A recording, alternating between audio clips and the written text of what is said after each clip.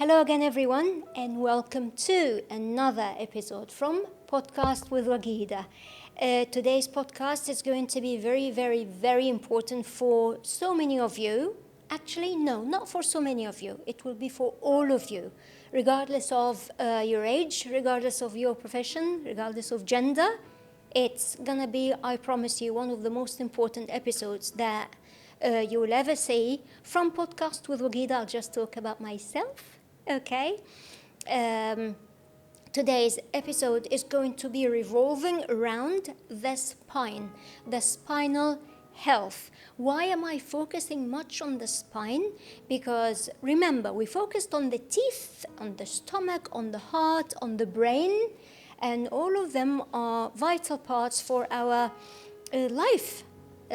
However, when I talk about the spine is actually that part in the body that holds us upright, and it connects the entire body together. It connects everything together. And with this, I would like to say that today's podcast is about chiropractic care. Today's pioneer is Dr. Thomas Dawson. He's a chiropractor and he graduated from the US. He graduated in 1994 from Palmer College of Chiropractic. And ever since he has been practicing and getting a full load of experience about chiropractic care. Dr. Thomas is quite passionate about wellness, and he believes in himself, and you will see it if you are to visit any of his clinics and have a consultation with him personally, that he believes that for as long as you breathe and you have a spine, then you have to go and see a chiropractor. Watch this episode all the way until the very end and you will understand why he said so. Now, let's get together and start our episode with welcoming Dr. Thomas together. Dr. Thomas, thank you very much for being with us here today and for giving us and all the viewers some of your precious time. No, you're most welcome. It's my pleasure. Right. I'm not going to start by looking at any of the questions here. I have one question for you. Yes. Why chiropractic care? Why chiropractic care?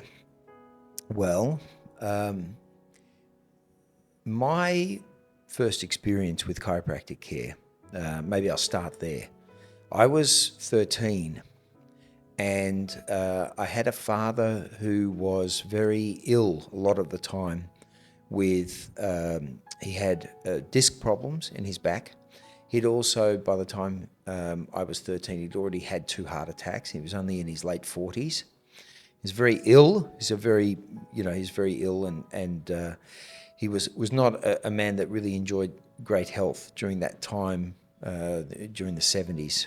I was born in the late 60s, and so by the time, I think it was 1981, I was 13, and I had an accident on our family farm, and I spent the day with my brother, as we often did, and I had an accident on my motorcycle, and I compressed a vertebrae in my back, so I had what's called a compression fracture. Now, my father had been seeing a chiropractor at that stage for about 2 or 3 years, and he'd seen huge benefits, not just to his back, but also he'd started, his gout was better, and he was able to walk more, and he was just his overall wellness improved. But we as children were not yet under any sort of chiropractic care. It was more, he was still viewing it as a treatment for his back pain, and there were some side benefits that he got for it. So I spent about 2 weeks lying on the floor in front of the television during my Christmas holidays, which is our summer in Australia, watching Get Smart and all these, the cricket and all these other things that you watch, in a lot of pain, because I had this compression fracture. So a compression fracture doesn't have too much pressure on the nerves, but it's very, very painful. And I really couldn't move much, and couldn't play tennis and all the things that I like to do. And I was just living a very active, normal, and this just stopped it, for 2 weeks. And eventually my father said, "Oh, look, I'll take you to the chiropractor." So I was taken to this fellow in Geelong, which is a town near where I grew up in Ocean Grove. And it was about a 45-minute drive. For us, that's close in Australia. That was the nearest, chiropractor at that time. And I was taken into his office. His name's David Knowles. I don't know if he still practices he'd be a very old man now. But David took an x-ray of my spine, and it was very clear just by looking at the lines he'd drawn on my x-ray that there was a misalignment in the upper part of my lumbar spine. And he noticed that one side of my spine, the left side, was compressed compared to the other. So he diagnosed me with this compression fracture. He was the only one. I was taken to my doctor when it happened, and he just said, "Oh, I just need to rest for a couple of weeks." I wasn't given, I don't think I was even given, Panadol or anything.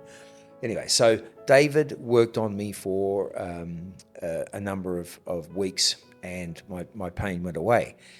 But the second visit that we had was the critical one, because he spoke to my father and he said, "Look, your son's got this asthma," and I was asthmatic, and I still am asthmatic, but I was very asthmatic, and I had allergies to everything, horses and milk and everything. I found that out later, but anyway, I was asthmatic. And so living in a rural environment was quite difficult for me, because dust in Australia, even though we were near the beach, there was a lot of dust. There was horses on the farm that we lived on, and a lot of pollens. It's quite an area in Australia with a lot of high pollens.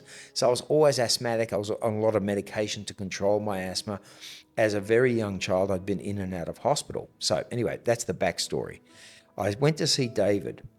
And at the time that I saw David, I was probably taking 2 or 3 nebulizing pumps every day, just to stay alive. Yeah, I was taking Ventolin, the Ventolin, Allevate. I was taking hydrocortisone to stay, free of asthma.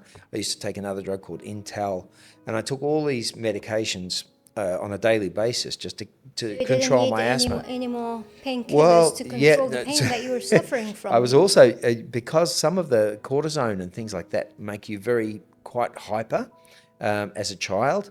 And you're already an active child. I was already an active child. Double the dose. Yeah. So they used to, even back in the 70s, they used to give me Valium to sleep. Yeah, he wouldn't do that now, but anyway, they did.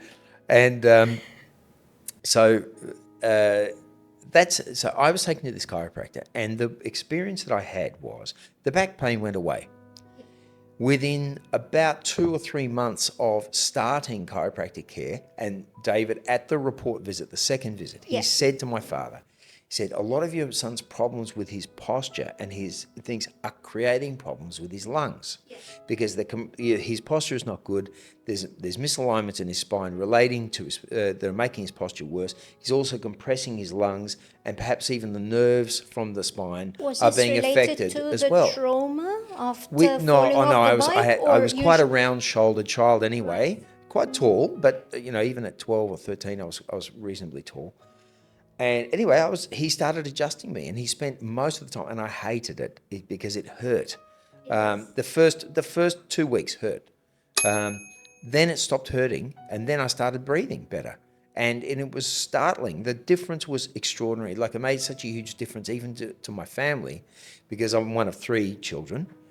And, our lives revolved a lot around how sick I was all the time. Because, if I was sick, I had to stay home from school, or had to, we couldn't go certain places because we couldn't go on horse. I couldn't go to, my brother and my sister rode horses. I couldn't accompany them. I couldn't play with you. Yeah. So anyway, it really made a huge impact on my life. And the difference in my asthma was extraordinary.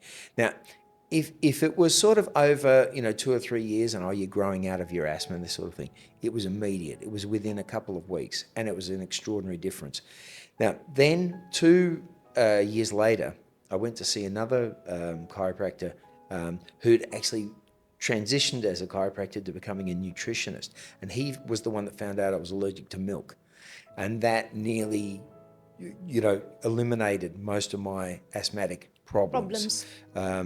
So why chiropractic? I don't know. My story is that I was taken there for an injury, but actually my experience was it made a huge difference to my wellness. Improved The, so the many injury other was things. one thing, but the wellness was the other thing. Yeah. So for me, chiropractic has never been about bad backs. It's never been about sore backs or migraines or headache. It's more about migraines, headaches, low back problems, these sorts of things are a byproduct of your body dysfunctioning.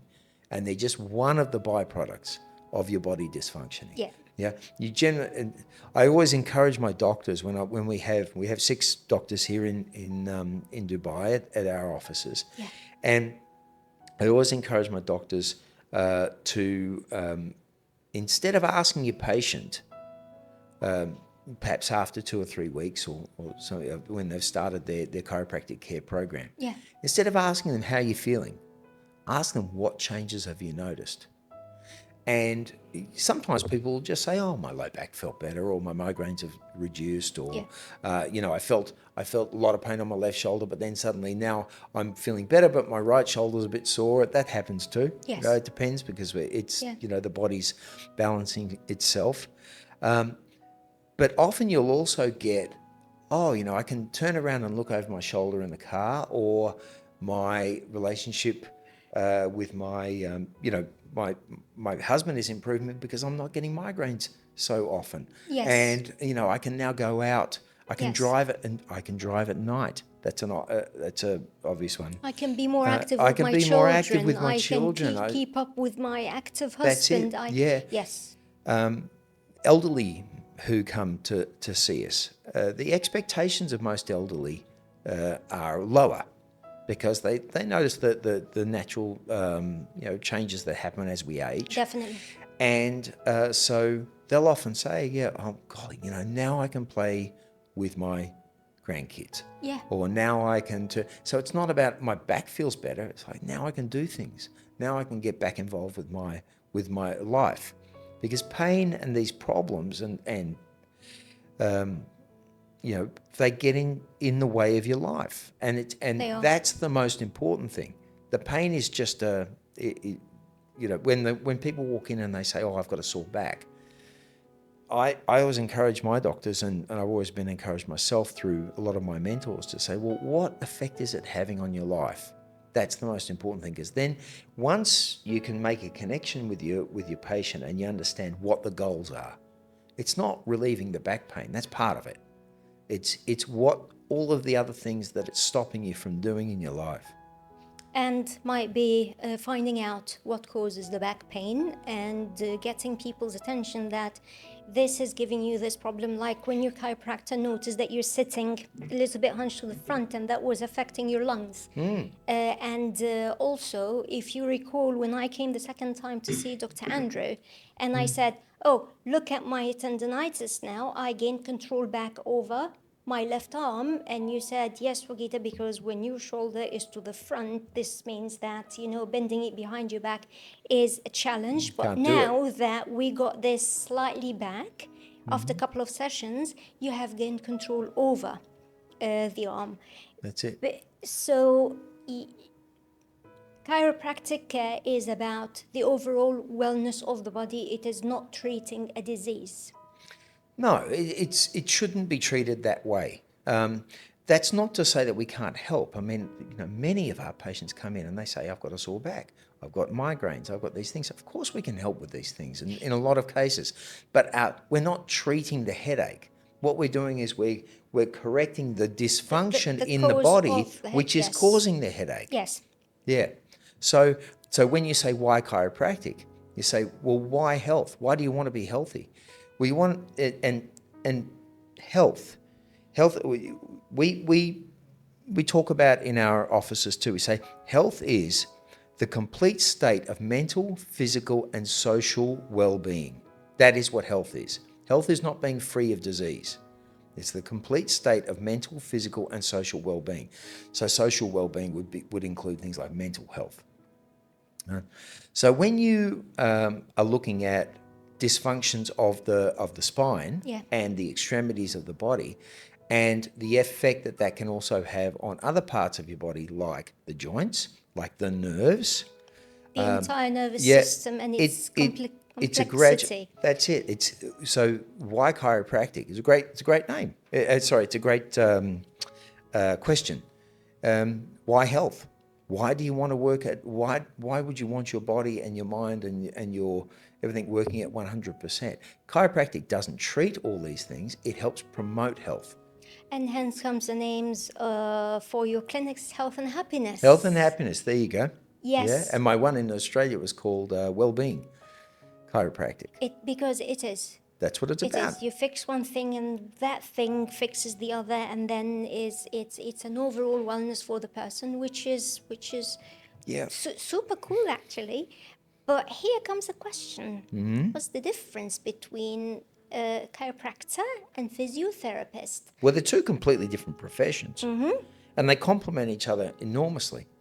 I mean, our offices, and you know, Dr. Wageda has just as a disclaimer, she's come to our offices, and so we have, I think, 15 physiotherapists and I think 6 doctors and 15 physiotherapists in our 3 different branches. Right. So physiotherapists focus primarily on soft tissue injuries, soft tissue dysfunction, and they use methods and techniques that will help you to get over those. So soft tissues would include tendons, ligaments, muscles.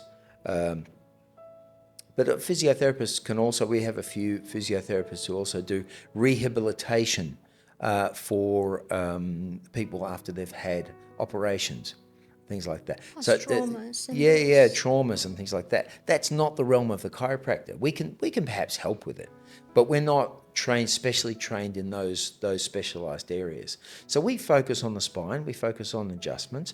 There are chiropractors, especially in the United States where I trained, who also studied quite closely with physical therapy, what we call PT. Yeah. And there are some states in the United States, in USA, that insist on you being qualified in certain techniques for physical therapy as well to get your chiropractic license. Yeah. But if you wanted to look at it as two pure professions, chiropractors look at the relationship between your nervous system, your spine, and your health. And also we work on everything from your hands to your elbows and your shoulders and things, and to make sure that the joints are functioning correctly, that your posture is improving, that your range of movement of all your joints is as close to normal as it should be. Yes. And that's really our realm. That's what we do. Physical therapists, if there's soft tissue injuries, then they will focus more on that. But one is not in replacement to the other. One's not better than the other. They complement each other, and they're completely separate professions. Yeah, I'm very fortunate. I've got some wonderful physical therapists who work with us at Health and Happiness, and they've taught me a lot about things. And they add in Australia, it's difficult to work with a physiotherapist and a chiropractor together. It's a difficult environment. There are practices that do it, but there's not many. Here, we have a wonderful working relationship together, and most of our patients experience physiotherapy too, because whenever they come to our office, they'll see a physiotherapist, even if it's just for a preparation before a chiropractic adjustment. They will see a physiotherapist first. So complementary is a good term. So just for everyone to know, a chiropractor is different from a physiotherapist, and it's an advice from myself as Wageda. When you decide to go for a chiropractor, please go for the licensed ones that come in licensed clinics.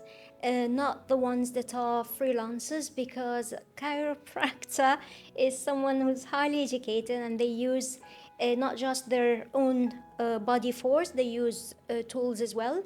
And I believe that a wrong movement or some extra, just a tiny bit extra force can cause more harm than good.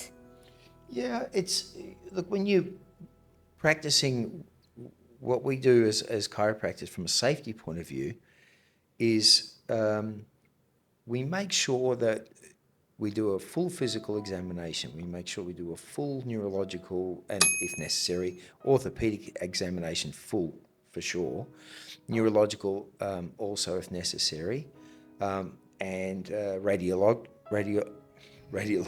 examination or X-ray examination. Sometimes we'll need MRIs, sometimes we'll need ultrasounds, sometimes we'll need CT scans. And chiropractor is someone who's trained to know when those things are needed, and to practice defensive healthcare. So defensive healthcare is just a definition of that is we know what the contraindications to care are as well. What sort of things that when the patient presents themselves and they say I have a certain condition, we know there are certain things you can't do and there's certain things you can do. If you're not a licensed, trained healthcare professional, you may not know that. And so that's exactly what I was. Yeah, and it could be only 1 in 1,000 patients, but 1 in 1,000 patients is 1 in 1,000 patients for us is about 4 weeks' work. Yeah. So if 1 in 1,000 patients something goes wrong, you're in trouble. It's very important. Make sure you do choose someone who's licensed by the DHA in here in Dubai. And the place is licensed as well. And place is licensed, that everything's... And is legitimate. And there's a lot of, the DHA is really excellent. I think they strike a very good balance between giving practitioners freedom to do what they need to do, but also they have very high standards. They're actually really an excellent organisation. Yeah. Dr. Thomas, my question here is, for any of the viewers that some of them have the passion for being doctors of cardiology, ENT, for those that are passionate about becoming chiropractors, what do they need to do? What do they need to have? What do they need to have? In terms of traits, in terms of, for me, for example, the thing that I know well, in terms of not body strength, it's the control over the strength. It's to know how much pressure you should apply to adjust this part, because this might not be easy for me. It's years of training. Do they need to be strong and big and it probably helps to be a certain amount of strength, to have a certain amount. It's mostly Andrew technique. It's really mostly technique. You're not a big woman, but you could easily become a very effective chiropractor, because there are types of tables that we use, there are instruments we use that would allow you to give an adjustment just the same as I can. And I'd imagine I'm probably a little stronger than you, but there's techniques that I use that perhaps would not be suitable to your body type because you're smaller. Yes. But if you're thinking of being a chiropractor, don't think physically. If you think I'm a small person, I can't do it. That's not true. Mm-hmm. So the things that are most important about being a chiropractor is that you care about people. That's the first thing. That you care whether they get better or they don't get better. If you're doing it just as a I've got to choose a profession, I'll do that. As a job, yeah. You're not going to be successful, because it does, being a healthcare professional, I think a good analogy is people walk into a restaurant and they look at this restaurant and they say, oh God, he's making this nice, kebabs over here and that sort of thing. I could do this. I could own a restaurant. I'd love to own a restaurant. Wouldn't it be nice to own a restaurant? People that own restaurants are highly specialised professionals. The ones that are successful, they know everything. They know what each grain of sugar costs to put on that table. There's a lot to owning a restaurant and doing it successfully. To be a chiropractor, I think you first have to have the traits of being a caring person.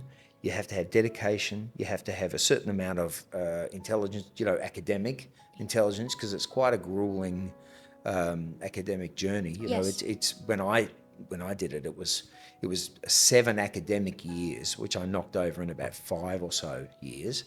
But now in the United States, you have to have 4 years of a Bachelor of Science before you even enter the chiropractic program, which is a postgraduate program. So, you have to do what pre-med is. It's the same.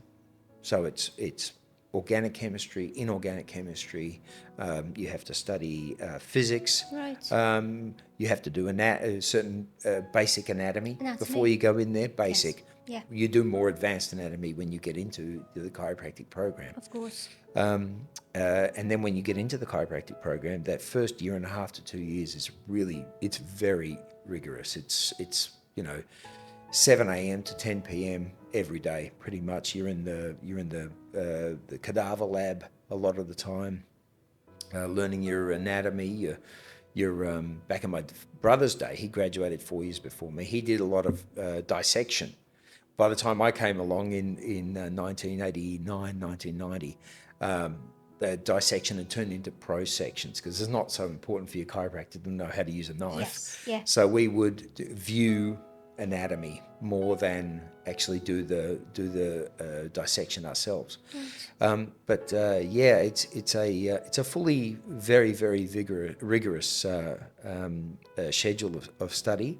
So commitment has to be. You've got to have a lot of commitment. You've got to want to do it. You've got to be. I say, have the passion for it. And also with a purpose too. I think passion's great. Purpose is better.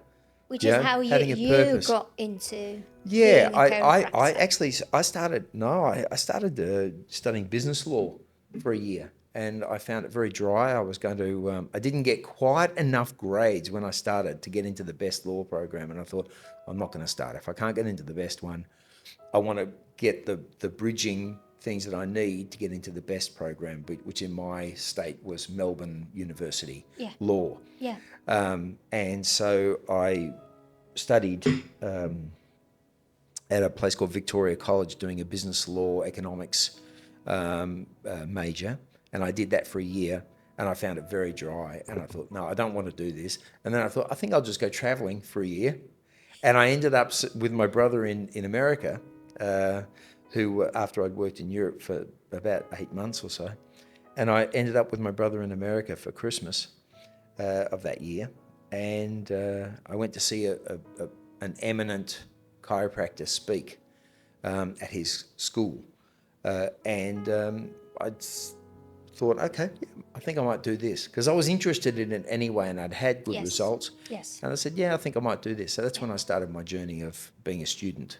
But this is how you excelled in it, because it was a build-up of your commitment, your passion about it, your wanting to know, wanting to become one. Yeah. Something that you have to want to do it. In anything you do, you've got to want to do it to be successful at it, I think. There's very few people out there that I've come across who don't get some enjoyment from what they do and are actually successful at it. Yeah.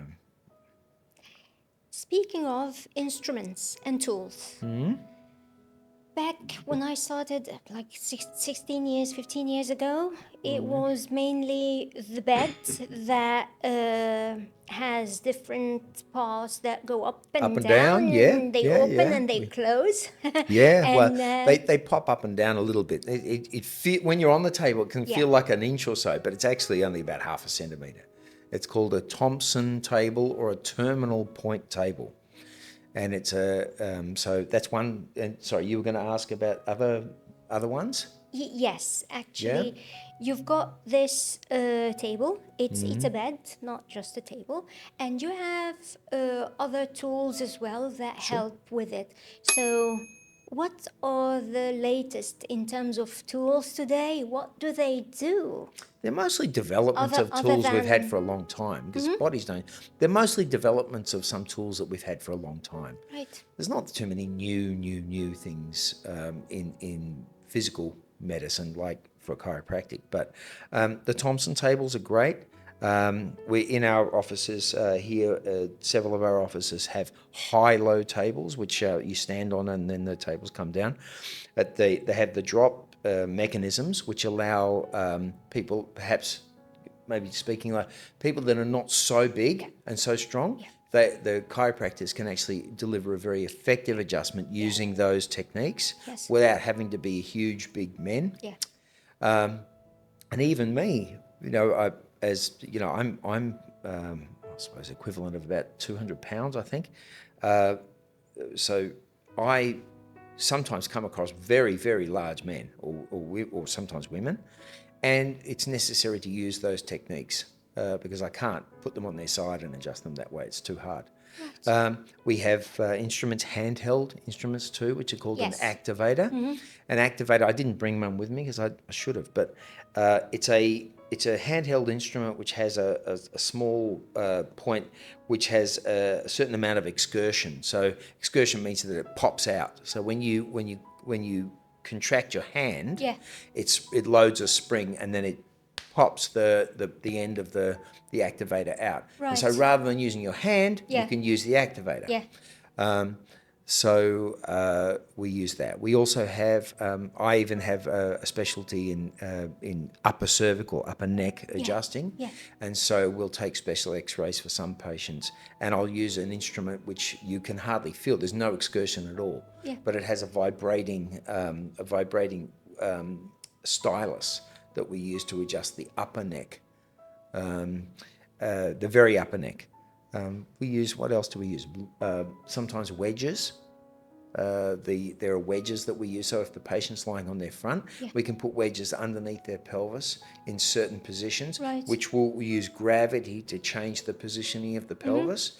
And then we might massage certain parts of the spine or push on certain parts of the spine to help to create that change there. So there are, for those patients who are afraid that if they see the chiropractor and they're afraid of, have you seen some of those videos where they move, they go crack, they call them the crack videos?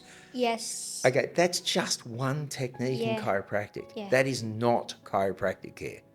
And I really don't like those advertisements because I think they give the patients, the potential patients, a distorted view of what happens and how much thought and time it goes into to determine what's needed to be done, and then the adjustment is given. But it also scares people off. I know many people who come in and say, "Oh, don't do that crack thing on my neck." I said, "Well, wait a minute. We've done a physical exam, we've done range of motion testing, we've done orthopedic testing. Right? We've even tested, maybe even done neurological testing, and we've taken an x-ray and determined that what we're doing is a safe thing to do." Right? So, yeah, but I don't like that cracker. That's fine, I can use a different technique. But, that person's been scared by seeing what they might have, and what this is very true. And some people might actually see it and want to have it done on them. That's right, but they're getting the wrong impression because they maybe they'll come to our office and say things like, I just want my back cracked or my neck cracked, and I said, well, I'm sorry, but we don't do cracking. We do adjustments, but we do them. You have to understand that there's a lot cracking is not behind the only it. thing It's chiropractor does. I jokingly say sometimes it's like doing an advertisement for a medical doctor. And say and doing a picture of him stabbing someone with a syringe. It's not the syringe; it's what's in the syringe. They've done a proper case history with the patient. They've worked out what's wrong with them. They've taken their time to formulate a diagnosis, and then they've given them an injection based on that.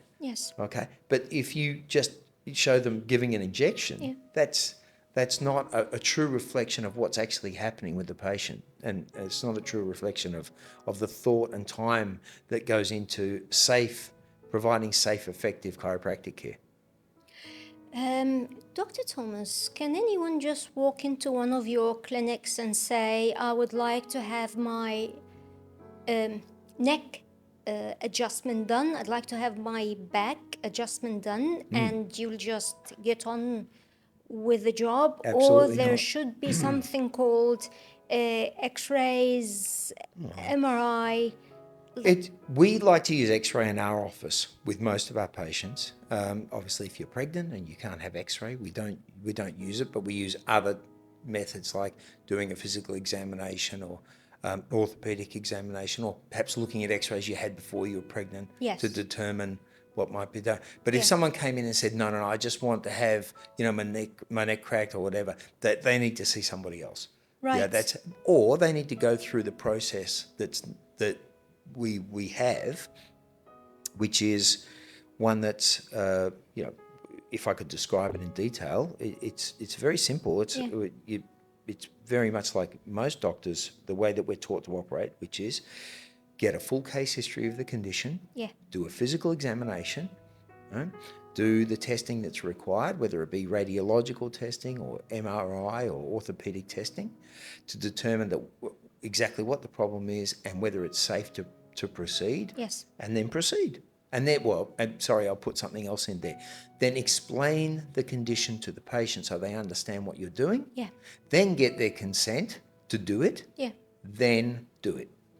I have seen one of the reviews that there is one patient that came in and she thought that the X-ray is optional. Right. And then you explain to her that this is mandatory, like how. Well, it's mandatory if we need one, yes. It was a big review from her, and these people, they scam you and they want 1,500 dirhams X-rays, and I'm like, it's 350 dirhams. It was, yeah.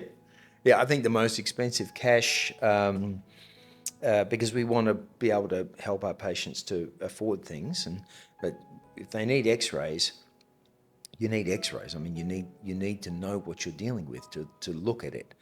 And there are chiropractors that work without X-rays, and that's fine if they feel that that's not adding to the risk of the patient, and that they feel that they're doing an adequate job. They can operate that way, and that's fine.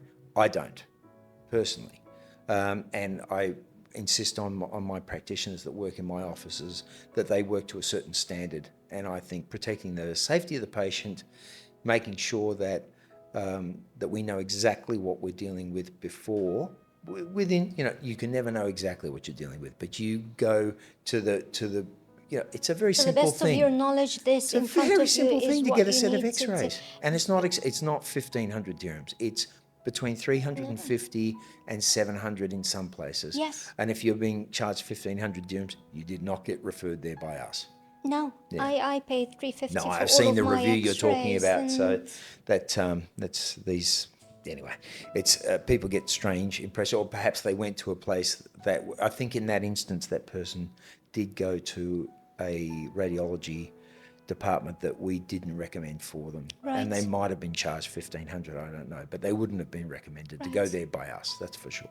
Yeah. Okay. It's much more, much less expensive than that. Yeah. Dr. Thomas, like any other, I would say any other problem with the body, sometimes it's chronic. Sometimes some people, they live off painkillers. I got to that stage at one point. I was painkiller every single day because of my neck, and I came to see Dr. Andrew when it was a pain that woke me up. I cannot sleep because of the pain. Okay. And I ran into you that day. That's where we met, right at the front. Came back then. Yes, and I was looking all hairy after my vacation in England, and you called me doctor. I said, how did you know I was the doctor? She said, oh, well, I don't know, I just knew. So I was like, okay. But yes, I was visiting one of my offices, and I met Dr. Wageda there, and yes, I could see that you were not in such great shape when you arrived. Yeah. Not at all. It started to affect my internal health, basically, because lots of painkillers. I already have reflux, and I was taking lots of them back to back because I couldn't live with the pain. Worse in many cases, yeah. I knew that something is wrong, and I need to see a chiropractor and get the X-rays and show my MRIs and all the other bits. Now, what other signs, what other symptoms that people might have Okay, and I'm talking If about they need to see a repeated, chiropractor, or could and they they benefit need from to it? come to, they would benefit, thank you very much Sure. for the time, would benefit from visits to the chiropractor Sure. Okay. before Well, going down other chucking routes. medications and Well, drugs. that's the I think really important thing is people need medical care sometimes. You know, there's this impression by some of the medical profession back, and I think sometimes there were chiropractors that perhaps were a bit over enthusiastic about what they were able to achieve. Yeah. But you know, there are times when people need medical intervention. We all know that. So, however, my approach is, why not do something conservative that doesn't involve medications and doesn't involve painkillers Or invasive surgery, or invasive or surgeries, yeah. if possible, if you can avoid it.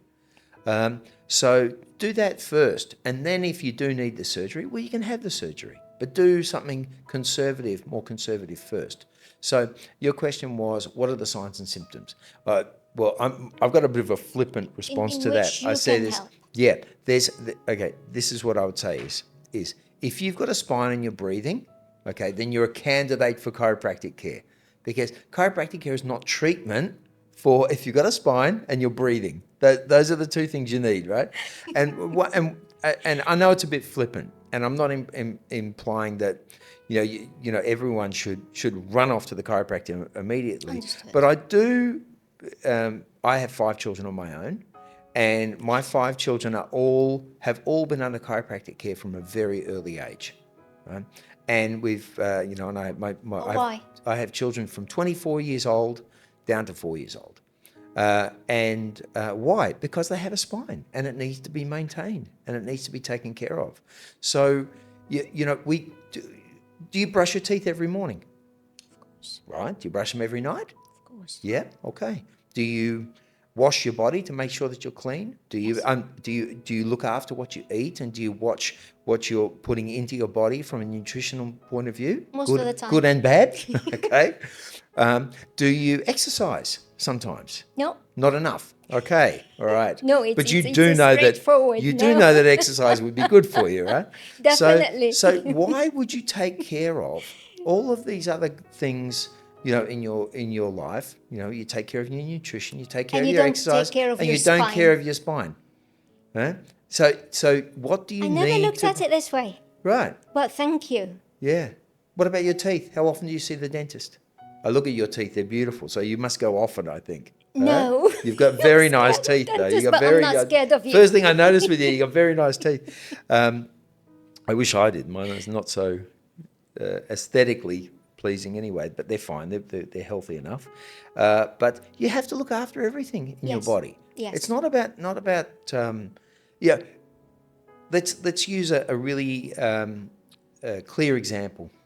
There are a lot of different ways to look after your spine. Some are active and some are passive ways. Now, a passive way might be make sure that your child's school bag is fitted properly. Make sure that they're wearing it properly. Their backpack is proper. Yeah. Because how many kids, when I was growing up, everyone had all these books and they're all over the shoulder and had causing this. problems, right? Yeah. What about your ergonomics at work? Making sure that the chair that you're sitting on for 8 hours, 5 days a week, is not putting undue stress on your spine. Now, there's going to be some stress on your spine, and people can't stand all day. But having a sit-stand option at your workplace, Yes. these are sort of passive ways Yes. that we can take care of ourselves. Active ways we can take care of ourselves is go in and get yourself checked by a chiropractor. Right? Get your spine looked at. Get and see what is functioning and what is dysfunctioning. Now, scoliosis. Scoliosis is when a person has damaging lateral curves to their spine, or lateral curves to their spine that could be damaging if they get to a certain level of degrees. So girls are about 6 or 7 times more likely to get scoliosis than boys. So when should you see a chiropractor? Well, when should you get your child? Everyone should get their child checked for scoliosis. I have a sister Penny, she's 59 now. She's had a 25-degree scoliosis nearly her whole life. She's been under chiropractic care now for 40 odd years, and her scoliosis has not progressed at all. She sees her chiropractor in our same hometown that I grew up in, sees our chiropractor there about every 2 or 3 weeks, and just goes in and she's very active, and she likes her taekwondo, and she's in and out of the car as a real estate agent, and she gets herself checked from time to time to make sure that it stays under control. But if she had to get it operated? No, she hasn't. Yeah. And if she got it early enough, maybe we could have avoided it. Maybe if it was something that we'd picked up when she was 7 rather than picked up when she was 14. So at an early checkup, just take your child and make sure that the spine is aligned. Yeah, it's aligned, exactly. And they're not, or if small curves in the spine are okay. But the problem with small curves in the spine when girls especially, but boys too, are say between the ages of 11 and 17. Those curvatures can increase rapidly during that time when they're growing. Now, so we do a lot of that kind of screening at our offices, and some of those cases we manage ourselves, and some of them we have a nice group of surgeons and people that if it's beyond what we can manage, we refer them on to. And again, if you went to see a practitioner who wasn't properly trained as a chiropractor, they wouldn't know how to make those assessments. Right. My boy's 16, and I would like to bring him in for assessment. Okay. So just take an appointment and bring him in for assessment? Or do I need any x-rays beforehand? Let the doctor see him first. Right. Let the doctor see what's going on. At 16, I would say that chances the doctor might want to see the spine on an x-ray quite high, because your boy, is he quite tall? He is. Yeah. Mashallah. No, I saw your husband. He's quite tall, yeah. Yes. So I figured your boy might be quite tall too. 380. Same as me, right? Okay, so 6 foot roughly, right? So I mean, when your spine's growing quickly, and that's when things start to go wrong potentially. Yes. So it's a good time to have them checked. And one of the things about our office is if you're a registered patient with our office, little plug for my office, but if you're a registered patient with our office already, you can organise what we call is a short consultation or a YY consultation, a yes consultation. Yeah. And in that consultation, it's free of charge for you completely. We'll do a short case history, discuss what your concerns are, do a short physical exam and go on from there. But you must, if you want to bring a friend in, you can do that, but we'll give just sort of 10, 15 minutes of our time, and there's no fee whatsoever. That would be brilliant. We're happy to do that, but please don't everybody come to the office and expect a free consultation. If you're coming on your own, you're coming on your own and you will be charged. But if you come with a registered patient, either as a family member or a friend, you can come in and you can take a couple of minutes of our time, and we're happy to do that.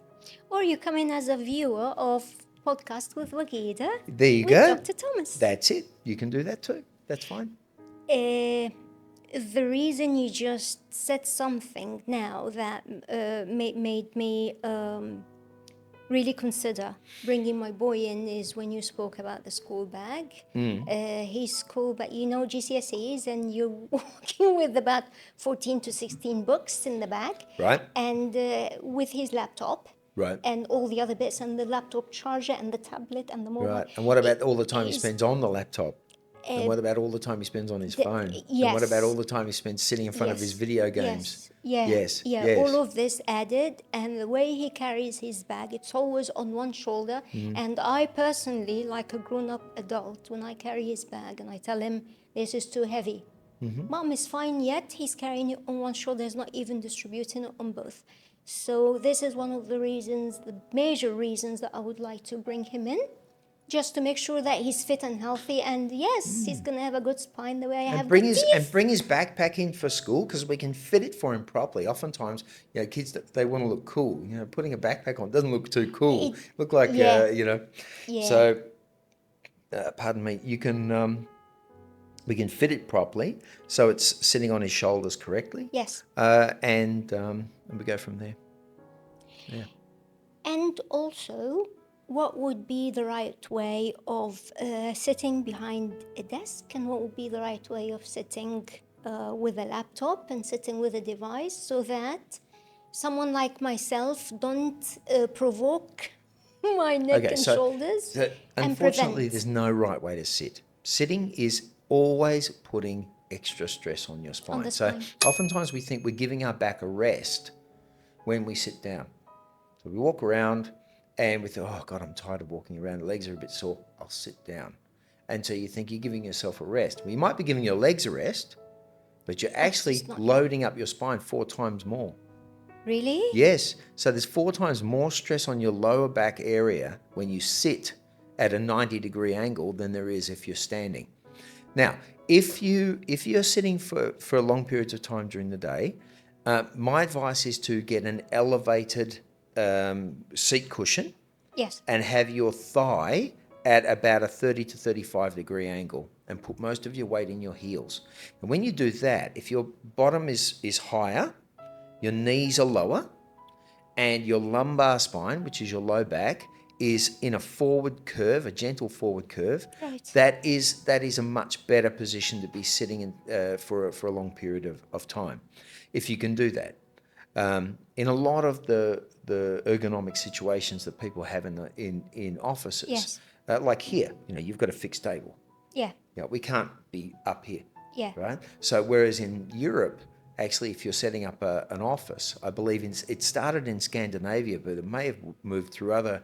But most Scandinavian countries have as their code of when you set up an office, you must have desks that go up and down. So you can roll them up and then you can have chairs that come up and down. And that's fantastic for the spine. And I think the key thing is it's okay to sit for a short period of time. It's okay to, but if you can move up and down, that's better. So stand some of the time, sit some of the time, be moving, because a sedentary lifestyle is not good for anyone. And I think we've progressed long enough. We know everyone knows this. It's not good for your lymph nodes, circulation, heart, digestion. There's just really not many great things about sitting down. Yeah, even staring at the screen for more than 20 minutes is not a good thing for the eyes as well. Yeah, you take a short break from it. And when you're sitting and looking at a computer screen, or the one that I come across quite a lot nowadays is patients will report that they have poor sleep patterns, poor sleeping. They go to sleep and either they can't get to sleep or they wake up. And the waking up one is maybe to do with diet or what you've eaten and this sort of thing. But the stress levels you're under, these sorts of things. But not being able to go to sleep, there's quite a lot of good research on screen time. And it's true, you really should stop using screens, especially the like your tablet or your phone or things. A good sort of 2 hours before you go to bed is better. And you'll find that you won't be so active in your frontal lobe, which is your creative lobe. Yeah. And we believe that has an effect on your pineal gland. The pineal gland has an effect on your sleep patterns. And we believe that, and I would say the proof is that many of my patients who've adopted these strategies in their lives, they definitely start to sleep better. And sleep's so important for our health. Indeed it is. Indeed it is. Like every single doctor and every single expert of health expert, speaking of a healthy body in terms of food, they say for good food to be digested and everything, you need a very good quality sleep. Mm-hmm. My neurology surgeon the other week, he said a quality sleep of 8 hours is very good for the brain. And then you go to... at least 8 hours. Yeah, at least 8 hours. Maybe when you get to, say, my age, and I'm just 56 or so now, maybe 7 hours is enough. When people get into their 70s, maybe 6 or hours is enough sleep, because it's we notice that as people do age, they seem to require less sleep. But I still think it's better to get more than less. I would like to get more. Like for me, I always target anything around 10 hours. Good for you. But my neck is not helping me do this now, which brings me to asking you about medicated pillows and Medicated memory pillows foam or pillows okay. and Memory foam doesn't do any much. recommendations, any suggestions from your end? Sure, absolutely. So if we're spending 8 hours, unlike Dr. Wageda, who spends 10 hours a 10 day hours sleeping, trying to but sleep. if we're spending 8 hours a day, you're spending a third of your life in bed. Now, if you're spending a third of your life in bed, we spend a lot on our clothes, don't we? We spend a lot on our cars, and we spend a lot on our desks at work and our education and things. But sleep's very important. So don't skimp on your bed. Get a good quality mattress yes. and go and talk to. Yes. And look, I'm not being paid for it, but I will tell you, the mattress store here in Dubai, they're not an inexpensive shop, but they're very good. They're high quality, and they have people who generally, my experiences with them have been excellent. I've sent many patients to them. Contour also are very good. They're in Dubai Healthcare City for pillows and beds and things like that. Contour, Right. excellent. And go to see a trained person who actually knows what they're talking about. So, the Mythbuster, you gave me something the other day so what about Mythbusters? How do you feel about that? So here's a myth busted for you. Firm beds are good for you. Sleep on the floor. Firm beds or sleep on the floor is or good, good for your spinal alignment. So now, so when I was practicing many years ago in Asia, I would find sometimes these, and Asian people tend to like very firm beds. It's just one of those cultural things, especially China. Yes. I only spent one night in China. My God, it was a very hard bed. So your bed needs to be, if you're a lighter person, you need a softer bed to feel the same firmness, right? Or the same support. Yeah. Support is the important word, not firmness. Yes. So now, if you're a very, very large person, and depending on where your weight is distributed, so some people can be big up here, or they can be big in the around the waist, around the bottom, or they can they can have very large legs or whatever it might be. Yes. They'll need a unique setup with their bed. It's always a compromise, but you need a unique setup to give yourself the proper support. Right.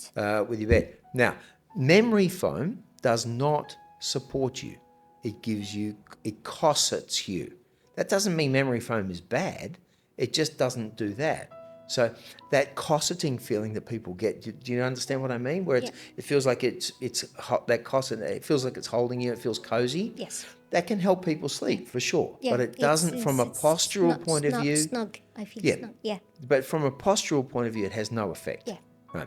So what you're looking for is a bed that supports you. So if you're standing up and you're standing straight, if you then lie down and your spine is pretty much straight, then that's the best position to be in. So if your head and your shoulders and your pelvis, the midline of your pelvis, the midline of your shoulders and the midline of your head and neck, if they can be all at pretty much the same level when you're lying on your side and lying on your back, right, that's what you need with your sleeping, with your mattress when you are sleeping. Yeah. All right, so for now, I know that I have a fantastic mattress, definitely, but I know that I have a problem with the pillow. So I might just visit this place that you said about and get them to someone that knows what he or she is talking about to give me a pillow, because I have invested, my husband actually has invested hundreds of dollars on my pillows to help with my neck issue. Nothing has worked. Contour pillow is a good one, and another one that I use is called gel. I forget. It'll come to me in a minute. I've been sleeping on this pillow now for 5 years. It's perfect. Wow. Yeah, it's wonderful. And it's no smaller or anything that Technogel. And they're sold at the but I've known about them for about 10 years, but they're also sold at the mattress shop or the mattress store, I think. There's one on Shakeside Road and there's one on there's many around. You just look up the mattress store. This is brilliant. Yeah, This is and they're brilliant. good. Technogel are great, especially if you're a hot sleeper like I am. Yeah. When you get into bed and you feel hot all the Yeah. time, the gel will pull the heat away from your skin. Yes. And it has that effect. Yeah. I know they were even using that in the Olympic marathon. Some of the runners, because the Olympic marathon was very hot this time in France, Yeah. in Paris, and they were wearing this gel around their forehead to try to keep them cool. Yeah. Yeah, and it draws the heat away from their body. Yeah. You have gel pads for huskies. Yeah. Because Well, the I have them all over. great. I have it all over my bed. So my wife and I sleep in two completely separate beds. We're together, but we have two separate mattresses. Hers is soft, mine is firmer, because I'm 30 odd kilos heavier than her. Yeah. So we do that. Yeah. Yeah. And Yeah. it's a bed will always be a compromise. It's like a shoe. Shoe is always a compromise. Yes. Yeah. Unless Yeah. you're wearing the most perfect orthotic in the world and your shoe is handmade for you or whatever, which is just impractical for most people. So a shoe Indeed is a it is. compromise. Yeah. Your bed is a compromise. Your chair at work is a compromise. But the closer you can be to something that puts the least amount of stress on your spine while you're doing these daily activities, the better. And by the way, pillows as well. Some pillows are sold with one side of the pillow that is covered in gel, so that it's cooler for people that overheat at night. That's it, Technogel. And because I've got a few of them like this, and doesn't affect me because the comfort is not there. But all the information that Dr. Thomas just mentioned about places where to go to get the mattress, to get the pillow and everything is going to be below this video, right? The last question of the heavy topics, Dr. Thomas, when I was speaking to Dr. Andrew and speaking to him about my tendonitis in my left shoulder, he asked me, Wageda, is it tendonitis or tendonosis? So I'm like, last I checked, it was tendonitis. It's just how chronic What's the it is. difference? Tendonitis is more of a fresh injury. Tendonosis is more of a long-term injury. Long-term is... So it depends on the person, but generally with tendinosis, we'll see a thickening of the tendon over time. So tendons have blood supply. Yeah. And if there's irritation to the tendon over a very, very long period of time, there'll be more blood supply to the area. The tendon will tend to thicken and swell. And become more chronically inflamed. Yes. Okay. Right. Whereas tendonitis might be an example might be a young person starts running, and 3 or 4 weeks afterwards they start running for the first time. They start getting sore ankles. They start getting sore Achilles tendons. That's tendonitis. Okay. Now, a person who's a long-term runner, who's dealt with mild soreness and things, multiple trauma to the multiple area. traumas potentially to the area. Right. Over time, they'll get an increase in the thickening of the tendon. That's tendinosis. It's the same condition. It's the level of chronicity or the time, how chronic it is. Which one of them could be treated? Both. Okay. Yeah. All right. Absolutely. Okay. Yeah. You remove the irritation. That's the key thing. Tendinosis, because it's a longer term injury, will take longer to feel better. Yeah. Because you've got to reverse the years or the months or most likely years of extra stress there's been on the area.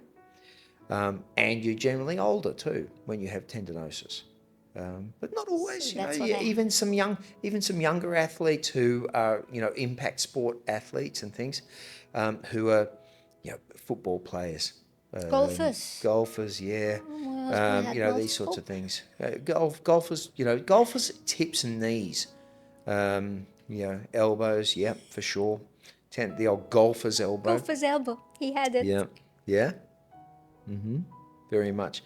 Golfer's elbow is a condition called medial epicondylitis. So the knobby bone on the inside of your elbow is called the epicondyle. And so what will happen with the medial epicondylitis, you get an inflammation of that area. It's very, very painful when you're swinging, especially when you pronate your hand through at the bottom of the swing when you're actually hitting the ball. It can be quite painful.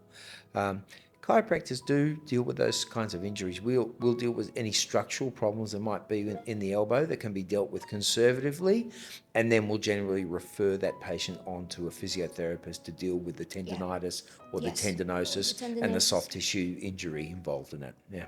Same with tennis elbow, which is the opposite side of the elbow. It's the outside. If there's a problem with the radius or the ulnar moving apart, which is the two bones in your forearm, the ulnar being the big one, the radius being the one that rotates around. If those bones get separated, quite often we get these conditions when we stress it using racket sports or other things. But you don't just get tennis elbow from playing tennis.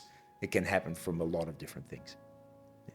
Right. So result is it gets better. Yeah. There's always light at the end of the tunnel. Well, it gets better if you follow along, if you get a correct diagnosis, if your tests are correct, you follow the directions that your doctor gives you, you got a much better chance of getting better. That's what it is. And catch things earlier, please. Yeah, catch things. Don't leave it like, you cannot sleep from the pain. See, girls are better at that. And I'm sorry for guys that, being a guy myself, I feel like I can say this with impunity. Yeah, misogynist. But no, I'm saying this that absolutely the opposite, which is women is much, much better at this. Women are much, much better at going and doing something about if their body is not working. They will. So, certainly in the Western world where I lived for 20 odd years, the women were more considered to be the decision maker in the family about health. Yes. They took the kids to the doctor, and I think it's pretty much the same. They wear the trousers. Yeah, about that. Yes, they kind of have to because they're in contact with the children all day and every day, and they see, and their husband's off to work perhaps in the morning, and that's not every family. Often, we have two mum and dad are both working, but quite often, men won't do something about it. They'll just put up with it, which is not healthy. Definitely. Yeah, especially not for things like cardiovascular health, for prostate health, right. For mental health. Men feel embarrassment and shame about these kinds of things. In some cases, and they're hesitant to do something about their health. And I've got a great bunch of friends that I play my golf with, and we socialise and these sorts of things. And I'm happy to say all of them, pretty much, I would say, are Renaissance men in that they really will talk. They'll sometimes, take me aside maybe and talk to me about something, or they'll talk openly about, they're having difficulty with something, and I think that's very healthy. It's good. Indeed. Yeah, Indeed. absolutely. Once you start talking about it, in a way, you start to actually face it. That's it. Yeah. Face the music. Yeah. Even though you don't like. Yeah, and it doesn't mean you're a wimp. If you need to talk about things. It's okay, but you don't need to talk about with your friends. If you feel comfortable doing that, great. But you don't have to. Go and talk to a doctor. Go and talk to a professional. Go and talk to a professional. It's okay, but do something. Don't let things go on. Diabetes is a big one. If you're noticing that you're not sleeping well, or if you're noticing that you're sweating a lot, or that you're drinking too much water, or these sorts of things, go and see someone. Get your regular checkup. Yes. Do a fasting blood sugar test. Yes. These are some of the big things. Cardiovascular health, blood sugar, making sure that you're not pre-diabetic. Watch your weight. Yes. If I could give any advice to any patient long term, keep your weight at a reasonable level. There's no benefit to being overweight. There's nothing. And there's no need for the ups and downs. Well, people find it. There are some people whose metabolisms do find it hard to regulate. I've learned that over the years. But there's a very No, I'm talking about people that are a lot overweight and then they lose Right. 40, 50 kilos in like 6 weeks, and they then they stack it all put it back on. back, Yeah, and then that's- they lose it back. That's They- not good. So that's good. When you say, Okay. but you said there's no need for it, and there is no need for it, but it's hard for people sometimes, especially here in Dubai. A lot of Yeah. our patients travel. They're at the mercy of what's in, what's the hotels they're staying at, the beds they're sleeping in, Yes. the schedules that they have, Yeah. the airlines that they travel on. Definitely. Their budget with the airlines. Are they course. traveling business class? Are they traveling first class? Are they Yeah. traveling in the? I've Economy, got patients that travel 21, 24 days a month. Yes. How are they supposed to, maintain good spinal health? How are they supposed to maintain a good diet? Diet. It's very difficult for them. Yeah. So, the more conscious you are of it and the more aware you are of it, the more you can control it. Indeed.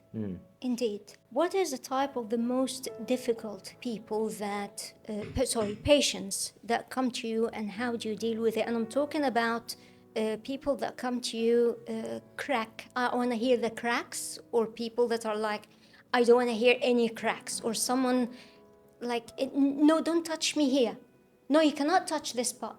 But do you That have almost it? never happens because when you're a professional, if someone's coming to your office, most people in this world are very nice and they're very easy to get along with. I agree. As long as you, Especially okay, yeah. I mean, I don't think Dubai is any different than anywhere else in the world. We're a bit of a melting pot here, and so many different cultures come from different directions. So that's where most misconceptions come from, and that's where most disagreements in the world come from. Is that we don't understand each other. So we try very hard to be transparent about what we do. Yes. So, but in a professional atmosphere, the person who dictates what's going to happen has to be the professional. Yes. It's not like if I say to a patient, I need to get an X-ray to look at your spine, or I need to get an MRI to look at a disc injury that I suspect you have. Yeah. It's not a discussion then, but I don't want to get an MRI or an X-ray. I said, well, the patient has the absolute right to bring that up, that they have hesitations about having an X-ray or have hesitations about having a MRI. particular test or whatever it might be. Yeah. No, but the doctor also has the right to say, listen, I'm not going to continue with our professional relationship unless I have the right information before we start. Yes. Right? Understood. That's the key thing. So it's and look, there's with healthcare, it's too important to compromise. It's too important. It's too important for the patient. It's too important. The ramifications of doing something wrong. If you do something wrong because the patient said, "Oh, I don't want to get an X-ray," and then you go ahead and start the plan of chiropractic care, something goes wrong because you didn't get the X-ray. It's still your fault. As in, it's still my fault. If I was the doctor, it's not the patient's fault. It's my fault for not explaining why it's important.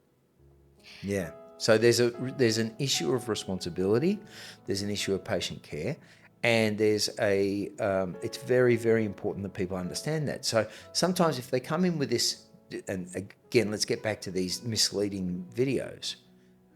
If you're watching these videos where they walk in and the perception is that's chiropractic. Yes. That's chiropractic. This is what you're meant to be doing. That's it. And you say, please, let's do a physical exam. Let's do an orthopedic exam. Let's do an X-ray. So, so those patients can sometimes be difficult, but I don't have too many problems with them. Yeah, you will get perhaps, and every healthcare professional nowadays is subject to the keyboard warrior. Now we call it the keyboard warrior. The piece. I even had a situation with a person who had 5 or 6 different, what do they call them, identities, and she didn't get a refund that she wanted. She said, "You didn't do what I wanted, so I want a refund." Well, I'm sorry, that's not how it works. There's a process you go through. So we give refunds, of course we do, but there's a process and we have a policy that we go through. Yes. And so, we had 5 different separate complaints on our what do they call it, Google complaints thing, saying from 5 different identities of one person. We believe they were very similar. Yeah. And in that instance, you have to, if it's serious enough and it's harassment, these sorts of things, you do have to, unfortunately, you have to get other people involved to deal with it. Definitely. But look, not the majority of patients we have in Dubai. And we've been here now for 7 years, and even Health and Happiness, actually, I purchased it from somebody. Yes. It was a very young company, but I purchased it from somebody, and it's grown a lot more since then. We're very fortunate. We have great patients. We have lovely people that come to see us every day, and we have a wonderful work environment. It's a very happy place. You have a wonderful team. Well, I have to say, yes. Yeah, yes. And very, very, very pleasant team, especially at the reception, which is your first, 90 seconds. That is your moment of truth, from choosing the place actually to the decoration, but having those smiley faces that make you feel welcome is really great. Yeah, well, I used to make a joke in Australia, and I said, this place would run like clockwork if it wasn't for all these patients. But the reality is, there's no office without a patient. The reason we are there is to take care of you. That's the only reason we're there.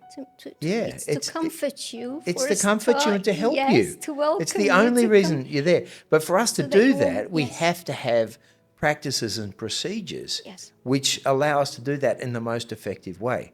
So if there's a cultural gap, perhaps we have all male doctors, and if you don't feel comfortable seeing a male doctor, then we can certainly refer you to somebody else. But things like that, I suppose, sometimes that has been one difficulty that we encountered with one patient. But I really, it's like water for me. It's so infrequent that we have a problem, a major problem really, with any of the patients. Of course, there's always misunderstandings, and there's a lot. With in healthcare, I always say you're balancing a lot of plates at one time. Yes. There's a lot of things, there's a lot of parts that need to all work smoothly together for the patient to have a really great experience. And overall, with chiropractic, in those first few weeks when they don't know you don't know them, they're coming to your office quite frequently. Yes. They're sorting out their insurances. They're sorting out where they need to get their X-rays done. They're sorting out. We know all this. We know it's a confusing and it's an inconvenient time. But we're not there to be convenient. We're there to actually help you get better. And so to do that, we have practices and policies that you have to follow. Yeah.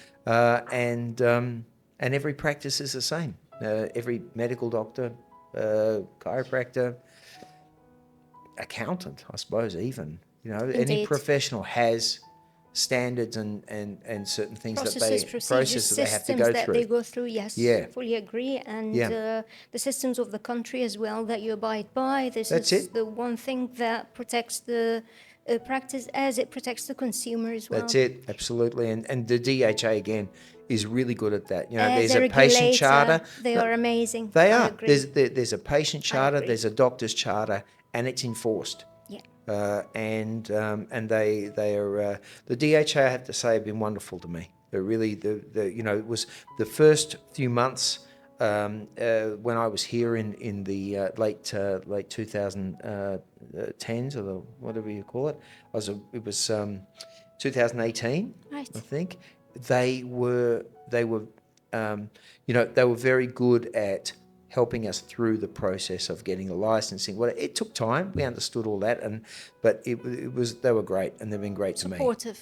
They're supportive and helpful as well. They are. Yeah, in most cases, absolutely. Indeed. Yeah. Dr. Thomas, what is the difference between dislocation and subluxation? And which one of them do you treat? A subluxation is a misalignment that operates within the normal range of motion of the joint. Okay. So subluxation is if you want the official definition. Let me go back in my. A subluxation is the condition of a vertebrae which has lost its proper juxtaposition between the one above, the one below, or both, to an extent less than a luxation, which interferes with the transmission of nervous impulses. So that's a very old-fashioned definition, but that's what it is. So a dislocation is when a joint completely disassociates itself from. So a simple example would be a dislocated shoulder. Right. The socket and the ball and the socket come apart from each other. Okay. And which one of them can a chiropractor help? Well, if you're trained, you can do both. I've had to put shoulders back in before. Not actually in my office. I've had to do it in places like ski lodges and rugby fields and things like that. Chiropractors concern themselves mostly with what you're talking about, which is the subluxation. Yes. Yeah. So and a subluxation, in a simple term, rather than using the term subluxation, we use a more simple to understand term, which is misalignment. Okay, misalignment, but misalignment within the normal range of motion of the joint. Yeah. So it's a fixation or a misalignment within the normal range of motion of the joint. Once the normal range of motion of the joint is exceeded, or the two parts of the joint disassociate themselves from each other, that's a dislocation. Yes. Right. Yeah. Uncommon. Brilliant. Yeah. And so subluxation, or let's say misalignment, yes, is what chiropractors do the most. The most, absolutely. Okay, but a dislocation, you need to go to a doctor. Can I go to a chiropractor? Yeah. Or I need to go. It depends to... what you dislocate. But if you dislocating your spine is almost. It's not impossible, but it's very, very highly unlikely. It's very life-threatening because you've got your nervous system living inside your spine. Yes. So dislocating your spine is very uncommon and usually involved with gross trauma, motor vehicle accidents or things like that. And that's a shoulder. A shoulder is very common with injuries like anything from a volleyball or badminton injury or skiing. People fall on their side and it pops out. These sorts of things. I've been lucky. I've never had one. Yeah, sure. Yeah, anything. Yeah, getting hit by a car. Any trauma really. But essentially the humerus, which is the arm bone, has to come out of the acetabulum, which is the socket, and that's a dislocation. So yes, if you suspect you have a misalignment of your spine, then go to a chiropractor. If you suspect you have a dislocation, then go see an emergency medical specialist. Thank you very much, Dr. Thomas. And now we are done with the heavy part of your profession. Okay, the heavy part. The heavy part of your profession. Yep. Now we're going to go to the more fun part that is called Mythbusters. Yep. It's a myth that we hear about, we read about, and we unfortunately sometimes believe it, but some people like myself will just go and make sure that what they read is the right thing What or I not say, from the right sources. the more you say something, the more people will believe it. That is very true. Mm-hmm. That is very true. One of them is when we say that chiropractors are just professional back breakers in disguise. I don't know who can break a back. So what is a back breaker in the first place? Like you I've heard of other breakers. Crack. Yeah, but what is it? Do you know what but do you know what the sound is? Do you understand what that noise is when people do an adjustment or when I know about I heard the click and but do you know what makes the click? Let me explain it. The sound, if you want to give it its correct name, is called a cavitation. Cavitation. So cavitation is what gives that sound. Now, what is it? What causes the cavitation? It's a change in the pressure of the air and the fluid inside the joint. Right? Now, if you put your foot into mud, and then you take your foot out of the mud, does it sometimes make a noise? Like that sort of this sort of. Like this sort of noise, Yes. yeah? Yes. Okay, that's what it is. Yeah. That's the sound you hear Yeah. when a joint cavitates. Now you can cavitate a joint the wrong way. You can cavitate it the right way. You can distract a joint even. Just open a joint up like this, and you can hear a slight click. That's cavitation. Cavitation is not necessarily correcting a subluxation. Right. An adjustment is a specific force applied at a specific time to correct a subluxation or correct a misalignment in the spine. So you wouldn't necessarily say all of them are cavitations. Right. Yeah, all of them are adjustments. Yeah. So they're not back breakers. Well, yeah, I mean, I've never broken a back. It's very hard to do, I would imagine. The next myth is, I think it's totally wrong, because it says chiropractic care is only for back pain. Okay. Well, I think there would be certain professions that would like us to stick in that lane, if you like. Right. I prefer to say that back pain, again, one thing, the first things we spoke about this afternoon was that back pain is a byproduct of dysfunction in most cases. Yep. So let's focus. The ideal chiropractor I would go to see, like the one that I try to be and the one I saw when I first became a chiropractor, Yes. is someone who focuses on the dysfunction of the spine. And that's not just treating. You know, I don't consider us to be treating back pain. Yeah. I consider us to be correcting dysfunction.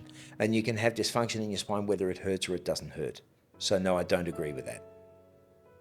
Okay? Not at all. Yeah. Yes, definitely. And it actually never started. I mean, chiropractic actually never started as a treatment for back pain. Did you know that? Chiropractic never started as a treatment for back pain at all. No, it was a way of correcting misalignments of the spine. Yeah, and even not the first necessarily chiropractic pain patient. there, but it's misaligned, and we just need to just Probably there was pain, but actually, if you go right back, they originally thought they'd found the cure for deafness, which is absurd, of course. But there was a janitor many 127 years ago now who reported that he felt bad, that his hearing improved after a doctor sort of crudely snapped a bone in his neck, what he called back into place, or corrected it. Oh no, I mean, this is the beginning of our profession. That's what he did. So they originally thought they'd found the cure for deafness, and of course they hadn't. Yeah. But people started reporting that other things got better. Yeah. Like their neck felt better, their shoulders felt better, their back felt better, their knees felt better, they started to sleep better, they started to get less headaches, these sorts of things. And like all professions, and chiropractic developed from that. But I mean, there've been folk healers doing manual therapy. Yeah. If you go to Eastern Europe, there are manipulators and folk medicine doctors that have been doing manipulation for, I don't know, maybe thousands of years, certainly hundreds of years. Yeah. And some of them are very, very good. Yeah, I imagine they get very experienced. I still think, they probably have gaps where they wouldn't know perhaps when not to do it, as opposed to when to do it, because they don't have access to things like x-rays or other types of testing or been trained formally. But there's been people doing forms of chiropractic, in other forms. For chiropractic actually just means done by hand. That's what it really means. Yeah. Chiropracticos. Yeah. It's Greek, done by hand. And that's been going on for hundreds and hundreds and hundreds of years. Chiropractic adjustments can cause nerve damage? Well, you're working within, if it's applied correctly, you're working within the normal range of motion of the joint. So if the joint is working within the normal range, if you're adjusting as a person and working within the normal range of motion of the joint, you're not causing damage to nerves. Right? It's very, very difficult to cause damage to nerves. You have to. Nerves live inside the nerves are actually quite robust. They are sensitive. Okay, that's their job, is to sense Not many people know this, but I'll ask you, do you, when you think of nerve messages, and they go up and down the spine, don't they? They go up to the brain, and then they come down from the brain to the body. Yes. And sometimes they even are reflexes within the spinal region themselves. Yes. And there's all different types. But do you think that there'd be more messages going from your brain to your body, or do you think that there would be more messages going from your body to your brain? I would say from my body to my brain. Body to your brain? Good. You're one of the, maybe out of thousands of people I've asked that question, you're actually the first, not the first one, but you're one of the only ones to get it right. That's correct. Most nervous system activity is sensory. So it's taking information from your body, monitoring its temperature, its blood pressure, its environment, and taking that information up to your brain, for your brain to then make a decision, to formulate a decision, and then actually send a message back down to your body to say, okay, constrict this artery to make your blood pressure higher, or whatever it might be. So sensory information, now we know that pressure in the upper cervical area, which is your upper neck, can, because the nerves sit very tightly in that region, then changes to those bones up there can make some changes to the way that our brainstem area, that with pressure in the brainstem, perhaps affecting you, things you might feel would be migraines, but it may be affecting the amount of information coming from other parts of your body, going up through what's called the posterior columns of the nervous system, affecting that. It's a hard thing to study, but there's some evidence to show on some PET scans that it increases the amount of sensory information going up. Right. So it kind of changes the information going up into your head, into your brain. So I suppose if you have a violent injury to your upper neck, of course it's going to cause damage to nerves. Yeah. But I would say most of the time, in fact nearly all of the time, to do that would be very, very difficult. But correcting a subluxation of the neck is actually quite easy, and you're not going to cause damage. Yeah. Should not be causing damage. No. It's very, very hard to do that. Yeah. That's good to know. Yes. Dr. Toes, that is really good to know. However, do not take the chances by going to people that are not licensed. But also don't overblow the chances that something like that's going to happen. Even someone who's not trained, they can do certain things, and there's very little chance they're going to cause nerve damage. Okay, they might cause your muscles to be sore or your ligaments to be sore or something but not for the nerve to be damaged. It's unlikely. It's unlikely. Yeah. But with this piece of information that chiropractors are good people, are nice people. I think we're like everyone else. Caring, I'm sure there's. tender, I think so, mostly. Soft. Yeah, they're not there to just crack. They might crack, but this is not all about what well, they adjust is what they do. And when they adjust your spine, you hear a noise. The overall result at the end is aimed at the wellness. And with this, Dr. Thomas Dawson, the owner of Health and Wellness, thank you very, very, Health and very happiness. much. It's actually health and happiness, yes. Health and happiness that comes from... That's it. From the wellness of the body as well. Thank you so much for You're most welcome. The information, for telling us about things that I personally didn't know about before. Okay. And brought ideas to the light, to the attention of myself and many viewers now, that for as long as you're alive, breathing, and you have a spine, you need to pay the chiropractor visit every now and again, the way we do our teeth. Well, first of all, just get your spine checked. That's all you need to get your spine checked. It's your choice to do what you wish. And the kids. But it would be good, and bring the your children in. Yes. To make sure that everything is aligned. Make sure that everything's good before things can potentially go wrong. Yes. And remember that a chiropractor is there to not just take care of you, but also to refer you to the correct person who can take care of you. That correct person might be in another profession, a Yeah. podiatrist, Yeah. or it could be a urologist, or it could be a cardiologist, or it could be a medical, a Physiotherapist. simple a referral back to your family doctor. Yeah. So we're qualified to do all of those things, and Indeed. those are things that happen in our offices every day. Yeah, and prevention is certainly better than cure. Every piece of information Dr. Thomas mentioned is going to be in the link below this YouTube video, and more things will be coming out of this episode. And thank you everyone for watching. I hope you enjoyed it, and I hope it was beneficial to all of you the way that it was to everyone here sitting in this studio. And I'll see you again soon. Another episode from Podcast with Wageda. Bye, everyone.